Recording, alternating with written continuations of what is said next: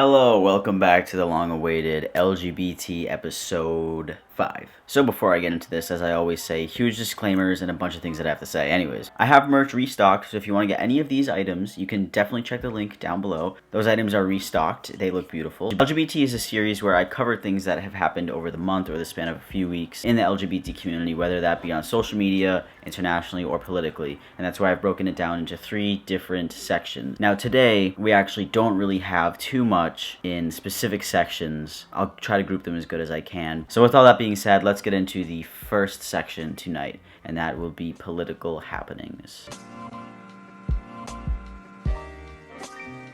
I'm still not sure how to say his name right, but I'm pretty sure I got it right. Jussie Smollett. As I covered in my previous video, I said that he was attacked, and it was a anti-LGBT and racist attack, as he said it was, and as everybody reported it was. But apparently, something has come out that is false. I don't know this 100%, so I'm just reading what I have found. So on this Fox News Entertainment article, which you can read if you would like to by yourself, brothers involved in alleged Jussie Smollett stage attack say that they regret their involvement. If you have not heard, and I'm sure you've heard, the whole attack was staged. Everything about it was staged, basically for attention. That's what people are claiming. Like I said, I don't know if this is true, but there are many articles saying that it is true. I'm just going to play this little clip right here so you can learn a little bit more about it. Not speaking publicly since posting bail, Jussie Smollett faces new serious legal trouble. A Chicago grand jury indicting the actor on 16 felony counts, saying he lied to police in 2 separate interviews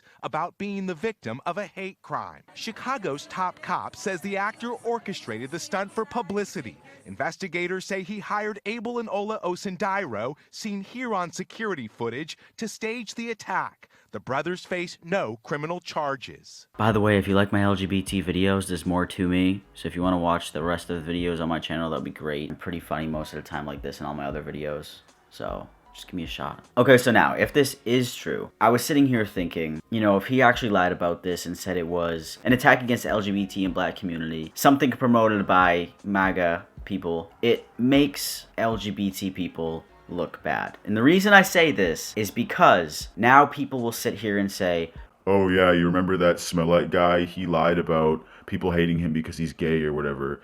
All the LGBT people are crazy. And I've seen comments like it. I have seen comments on multiple YouTube videos of this where people have specifically said, yeah, the LGBT people are crazy. That they'll go to this extent to make themselves look like they're more oppressed than they actually are. And that's why it's bad, because if it is fake, you're basically just like making the hate crimes look less than they are, because now people are going to be like, well, I don't know if that really happened. And it's just a toxic thing, because people who are LGBT phobic, yes, I made it up. That's my own word. I'm going to write it and publish it in the dictionary.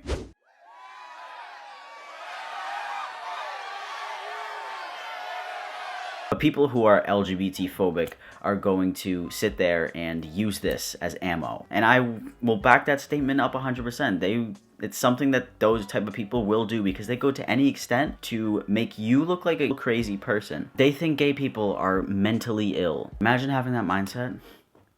I have something to say about somebody soon, but we'll get into that in the social media. So this next thing I found interesting. I actually haven't heard anything really about this on Twitter. I normally get a lot of my stuff on Twitter. So in North Carolina, in October 2017, a trans woman, again, I'm horrible with names, Kanotica Zaire Brown, was sentenced to nearly 10 years in prison for insurance fraud and other crimes. She's now believed to be North Carolina's only post-operative transgender inmate. 37, born a male, but she's always felt like she's born in the wrong body, blah, blah, blah. In 2012, she began a series of surgeries to transition to a woman, and she had her first surgery, breast augmentation, in October of that year, and in 2017, she had an irreversible male-to-female surgical procedure, which means down below, in that same year, unfortunately, because she committed a fucking crime, she was sentenced to prison, was assigned to a male prison, where she is listed as male under her birth name. This is where like transgender stuff comes in, really touchy subjects. If she has had all the surgeries and literally has boobs and a vagina and hormone replacement therapy and changed her name and changed her gender legally, why would she be put in the male prison? There has to be some type of loophole in that, because that doesn't make any sense. If someone's entire body is now female and just everything about them now matches their brain, why would they be put in a male prison with men?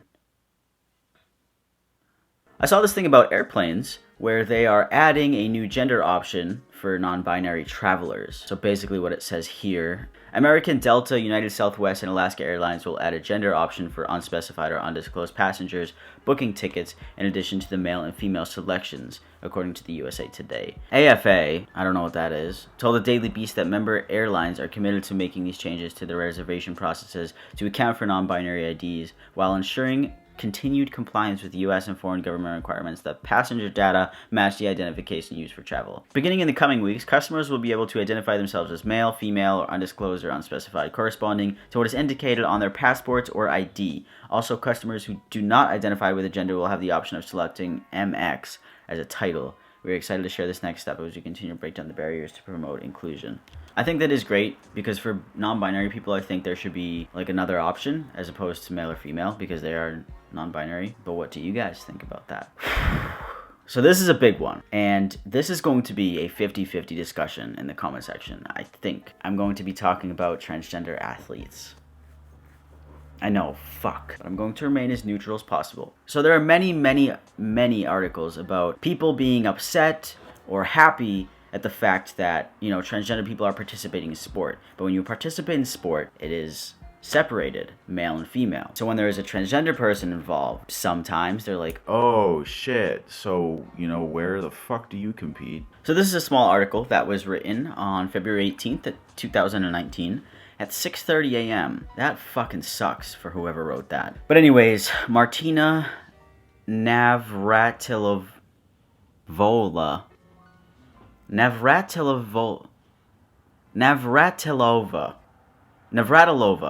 I'm fucking butchering her name. So tennis great Martina N has been criticized after claiming it is a form of cheating for transgender women to be allowed to compete in women's sports. In December, she was criticized after tweeting, "You can't just proclaim yourself a female and be able to compete against women. There must be some standards, and having a penis and competing as a woman would not fit that standard." That statement is extremely fucking vague. I don't think having a penis, like just having that, gives you any like higher chance of winning anything ever. I mean, if it does, then amazing. Then everybody should have one. But yeah, that statement is vague. So I'm just gonna give you a little bit of education and science behind this. Like I said, this is a touchy subject. I don't have all the answers because I'm not a fucking expert. I'm not a trans woman, so I don't know every single change that happens to a trans woman. A lot of this has been towards trans women because trans men competing in sport, nobody is saying anything because, they're female to male and they're versing men, so nobody's like, oh, well, they have the upper hand because they're female. Scientifically, they have bigger muscle mass than women. So that's kind of where this comes to play. Oh my god, I hate this and I don't want to piss anybody off. I'm sorry, okay? I'm just saying the news. So here's a little thing about trans women. So take a look at this chart. If you want to pause it, like I said, you can. So basically, the impact of hormone replacement therapy on the male to female body varies greatly from person to person. And this is where I think that it becomes difficult to say, hey, you can't compete against these women, and hey, you can compete against these women. Now, if you take a look at muscle, this is what I want to focus on here, and body fat. The muscle, the complete effect of their decreased muscle mass and strength in a trans woman after taking hormones comes within 1 to 2 years. And the body fat comes within 2 to 5 years. That's a very big gap.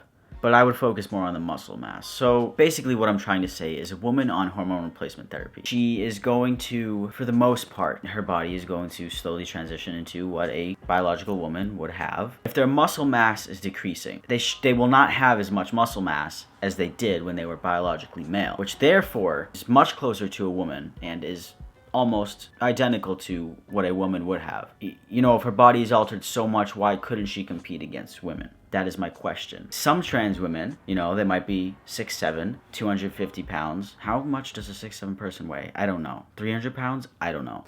6'7", and just a lot of weight. Now, that's where it might get tricky to let her compete against somebody who's 5 feet, because clearly, that's an unfair advantage. But there could be a cis woman who's 6'7", and has, bigger bone mass, bigger muscle density. I don't know. I don't know. This is where it's confusing. That's why I don't know the answer to this question. You might have a strong opinion. You might think, yes, let any trans person verse the gender that they are in their brain, or no, because that's different and it's not fair. Whatever you want to say, it's totally fine. I don't care. I'm not biased. Say whatever you want to say. But yeah, let me know what you guys think, because I think that is the biggest topic of the night. Anyways, we're going to move on to the next section, which is social media happenings. If you guys don't watch my videos regularly, first of all, screw you. Just kidding. No, I'm not. Yes, I am. I'm not. I recently came across this transphobic person, and I made a video about him, and he actually made a response video to me. If you want to like really dig into that, I will let you do it. But originally, Miss London, right here, reacted to him first. And that's kind of where I found the video. But basically in this video, this guy said that trans women are gross for wanting uterus transplants or whatever the fuck it was. And they're gross and they're sick and they're stupid and just like shit like that. And basically all I said was, hey, you're an idiot, because why don't you give facts instead of just insulting trans people? I don't know. If you haven't seen the video, it'll be linked down below. But I thought it was definitely one of my best reaction videos. So you should go check it out. You can check out London's too. I put it there too. Anyways, next thing is a few weeks ago, there was a huge thing that had to do with a non-binary makeup artist by the name of Rin, who also has me blocked because I follow Calvin Garrow. So I didn't do anything, by the way. I just follow Calvin. So this person has 500 retweets and 1,100 likes. Anyways, this person said, please don't ignore the goth fruit situation that is being swept under the rug right now. I'm disgusted that Rin is still ignoring this and staying silent until it blows off, when he could open up to what he has done and apologize properly and sincerely. So what Rin got accused of was basically defending a rapist. They had an ex who has done some really shitty things, and they defended him a long time ago. And I'm just gonna read this section right here that I took from this tweet. All credits go to them. But so this right here says, is anyone else following the situation with goth fruits? And trigger warning, I'm gonna trigger warn you guys right now, abuse and rape. So if you don't want to hear that, I'll tell you what time to skip to right here. Anyways, if you didn't skip it, hey. So they said, I used to really like Rin and respect him as a person, but the past few days have been rough, to put it mildly. In short, if anyone doesn't know what happened, Rin defended a rapist by gaslighting and bullying the victims to the point of suicide. Now, Rin made an apology 2 years after everything went down that minimalized his abhorrent actions. I'm so fucking dumb, I don't even know what that means. And checks basically all marks for being a shitty BG apology bingo. Not only that, he contacted one of the victims to defend himself and made them relive their trauma. Now that is fucking bad. At first I was shocked, but glad he is owning up to his actions. But then I looked closer and read some things written by one of the victims and their close friends, and realized that this was so much more serious than not just believing a victim. I posted about it in this thread. I don't believe his apology at all. I said it before and I'll say it again. He's sorry he was caught. He left out that he gaslighted one of the girls and tried to minimize their situation to make it seem as extreme as it is. I was 17, but you still engaged in shitty behavior. His manager's husband is making things even worse on Twitter by basically victim blaming. His manager's husband. Rin's manager's husband. The husband of the manager of Rin. Okay, there we go. Imagine your manager's husband making I can't be biased. I can't be biased in LGBT. I'm sorry. I'm sorry if this seems intense, but as a sexual assault survivor, this stuff really boils my blood. So let me go find this apology video and just play a little clip of it for you, because I'm sure that it's like 10 years long. Okay, so that apology video is taken down. So I'm gonna assume that things did not go too well. That is the tea on that. I don't know too much about it. That's what I have about it. I know that I'm blocked, so that just kind of irritates me, because I don't do anything ever. I don't ever do anything, but people hate me, and I don't get it. I need the validation. I'm insecure. When there are victims in a situation, you don't victimize yourself. It reminds me of Chase Ross. So anyways, we are going to move into our last topic of the night, and that is the most requested by everybody. You already know what it is. Ariana Grande at Manchester Pride. So if you don't know, Ariana Grande is headlining a Pride festival in Manchester. It is a concert, has a bunch of artists, LGBTQ, it's all for Pride. It's in Manchester, so Ariana has a special place in her heart for Manchester. But that did spark something huge in the LGBT community. So a lot of people were extremely upset about it. They were outraged, they were tweeting all types of stuff. They were saying Ariana Grande is profiting off of this. She's exploiting it for money. You know, the straights are exploiting it for money and shit like that. Me personally, I think it is a good thing to have allies and, you know, straight cis people helping or representing the LGBT community, because a lot of people think the LGBT community is crazy. They think they're all mental, like I mentioned earlier. And to have somebody who is straight and an ally and say, hey, like, you know, they're totally fine and I want to help represent them. I want to help get their message out there. I think that's a very good thing, because the more support you have, the better it is. So I think it's great that Ariana Grande is headlining this, because it gives awareness. And it's like, people are saying, you know, straight people are buying tickets, homophobes are buying tickets. I don't know if that's true, because when you're buying a ticket to something, you know where you're going. Like, when I buy a ticket to go see The Weeknd, I know that I'm going to see The Weeknd. I know who's opening, I know where it is, I know what time it is, I know who's going to be there, I know what's going to be there. I know everything about the concert, because I want to see that person. I know a lot about the show. When people buy the ticket for a Pride event, I don't think people who are LGBT phobic want to go to an event where they're going to be surrounded by the people that they hate. But that's just what I'm saying. That's what I think. And then Ariana Grande said she responded to a lot of the hate she was getting. She replied to this tweet right here, where it says, I don't know, Ariana headlining Pride when she's straight, as far as well aware, and doubling the price of the tickets kind of smells like exploitation from the LGBT community. And she said, hi, my love, I have nothing to do with ticket pricing. Manchester Pride sets those rates, and they're mostly out of my control. The LGBTQ community has been so special to me and supportive through my entire career. The relationships I have with my LGBTQ fans, friends, and family make me so, so happy. I want to celebrate and support this community, regardless of my identity or how people label me. And also, I want to visit a city that means so much to me. LGBTQ representation is incredibly important, and I'm always proud to share the stage with LGBTQ artists. Over the years, Pride events have been headlined by performers and artists of all sexual orientations and genders, including straight allies like Cher and Kylie Nicki Minaj. I'm just kidding. I do think there is room for us to talk about these issues without equating a performance for an LGBTQ audience with exploitation of the LGBTQ community. If you truly feel like I don't deserve to be offered this spot, I respect that, but I did accept it excitedly and gratefully. I'm not claiming to be the hero of the community or the face of the LGBT community rights movement, but I just want to put on a show that makes my LGBTQ fans feel special and celebrated and supported. That's all I want to do, which I thought was a great response. It's a touchy subject. I always feel like anything LGBT is very, very touchy. So that comes to the end of LGBT5. But anyways, with all that being said, if you do want to buy some Lust bracelets, or you want to buy some of my new merch, the links will be down below. My 2 questions for you to start discussion, huge arguments, so you guys can hate each other. What do you think about transgender people competing in sports with the gender they identify as? And what do you think about Ariana headlining Manchester Pride? Here are a couple of funny memes. Maybe you'll laugh if this video didn't make you laugh.